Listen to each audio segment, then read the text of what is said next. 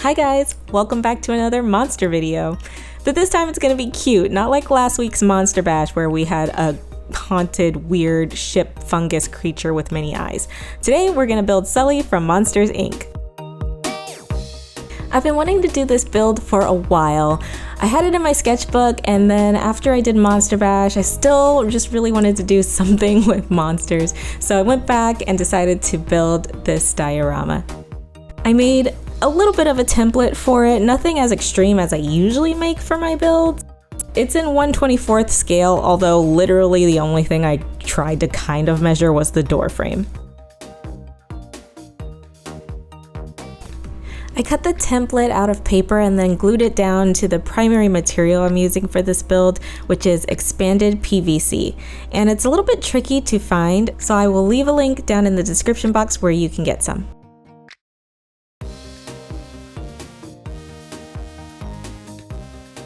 Expanded PVC looks very similar to PLA plastic sheeting or plastic card, but it is very different. It's a little bit porous inside. You can super glue it really easily. You can color on it with like colored pencils, markers, paint, and it's really easy to cut, and it's also sandable. So I'm using these PVC sheets to build everything in the factory. I always loved the look of the inside of the Monsters, Inc. building.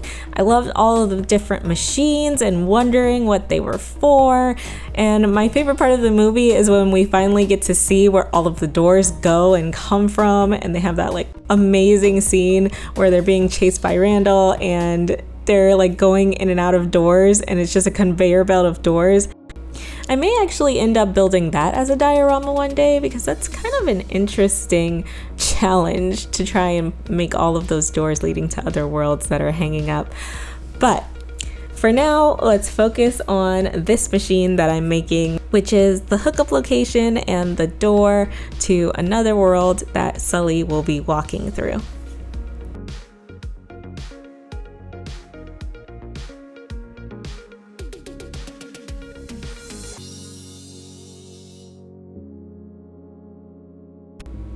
I watched the movie a couple of months ago when I was planning to do this build then, but then it got put off. So I had to look at some reference images to try and see what this part actually looks like.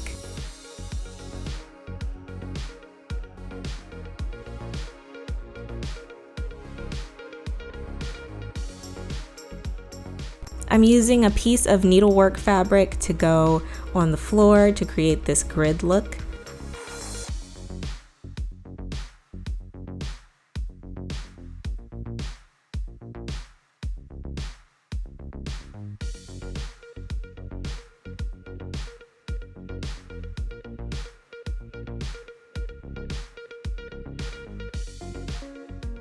And then I'm adding some details that I saw in some of the pictures to make it look more industrial and more accurate to the film.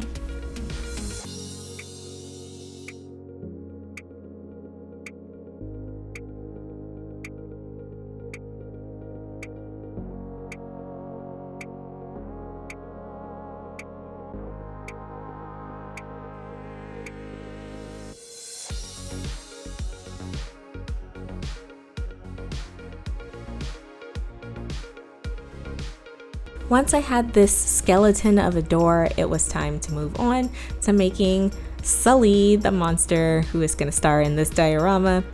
I decided to go with a cardboard frame for most of his body so that I would have kind of a better idea of what size I was making this thing instead of just starting with tinfoil like I normally do.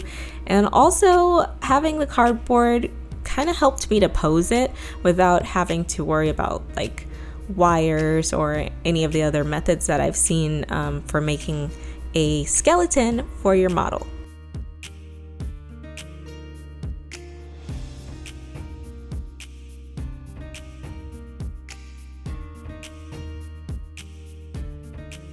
And here I am using up pretty much the last of my polymer clay. I'm so proud of myself. Those of you who have been watching the channel for a while will know that I hated polymer clay, and I've been trying to get a lot of practice using it, which is why I've been incorporating it into more of the builds so that I can get over that hatred, because honestly that hatred just came from not being familiar with the new material, and I finished a whole pack, so I'm really excited about that, especially to have this be the last thing it gets used for.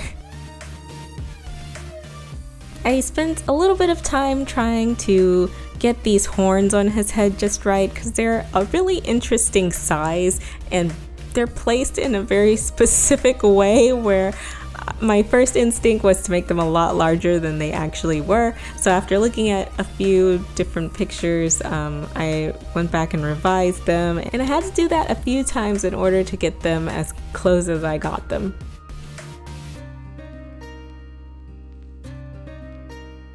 The tools I'm using are scavenged once again from around the house. I did a lot of the initial sculpting for this build with a piece of wire that I folded in half, and I used the curved end to scoop out most of his fur.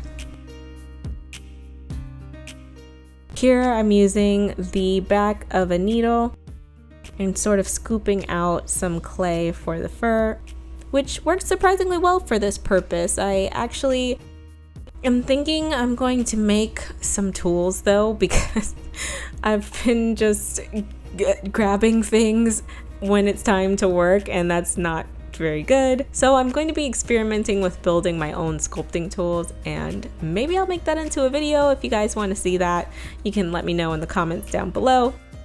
If not, then I'll make them anyway, but I won't have to worry about pushing record on the camera.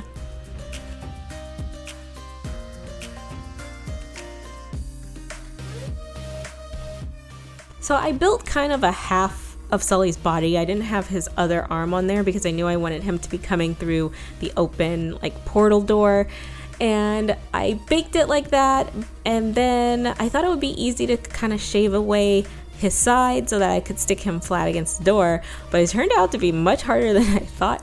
So I ended up sawing off part of his body so that he could be squished flat against the doorway.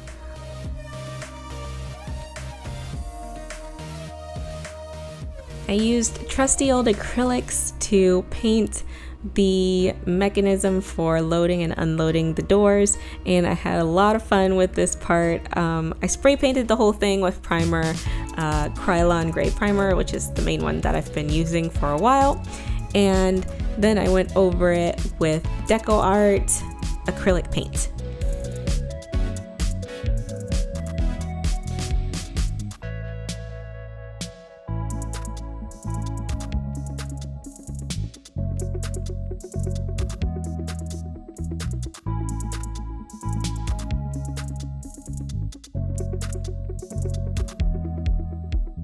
For Sully's body, I used more of the paints that I got for painting wargame miniatures.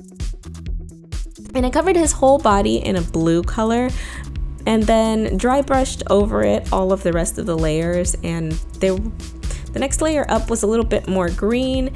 When I was looking at pictures, I realized he has a really interesting color variation going on in his fur that I just always sort of remembered him as being blue, but when I looked at him, there was like different shades of blue-green going on, and then a mix of this purple color. So I tried to do that by dry brushing and layering the colors, and each pass of dry brush has a slightly different greenish blue color that I hoped would come across in the end result.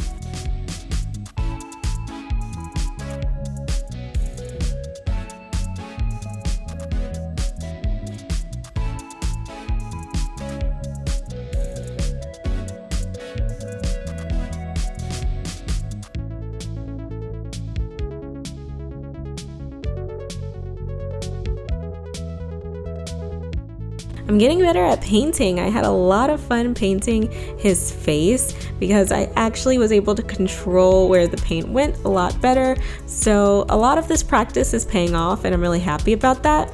For the eyeballs, I didn't trust a paintbrush, so I used a permanent ink marker, and then I went around the edge with a Prismacolor marker and used white paint just to dab some highlights into the corners of his pupils.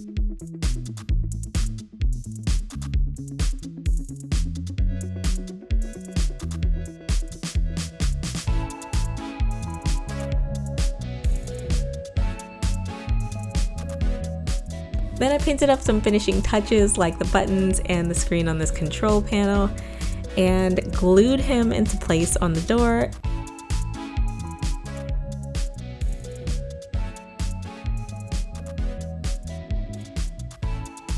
And remembered belatedly that I needed to paint the back, so I painted it all black just so it would look finished. And that was it. It is finished. Here's the finished product.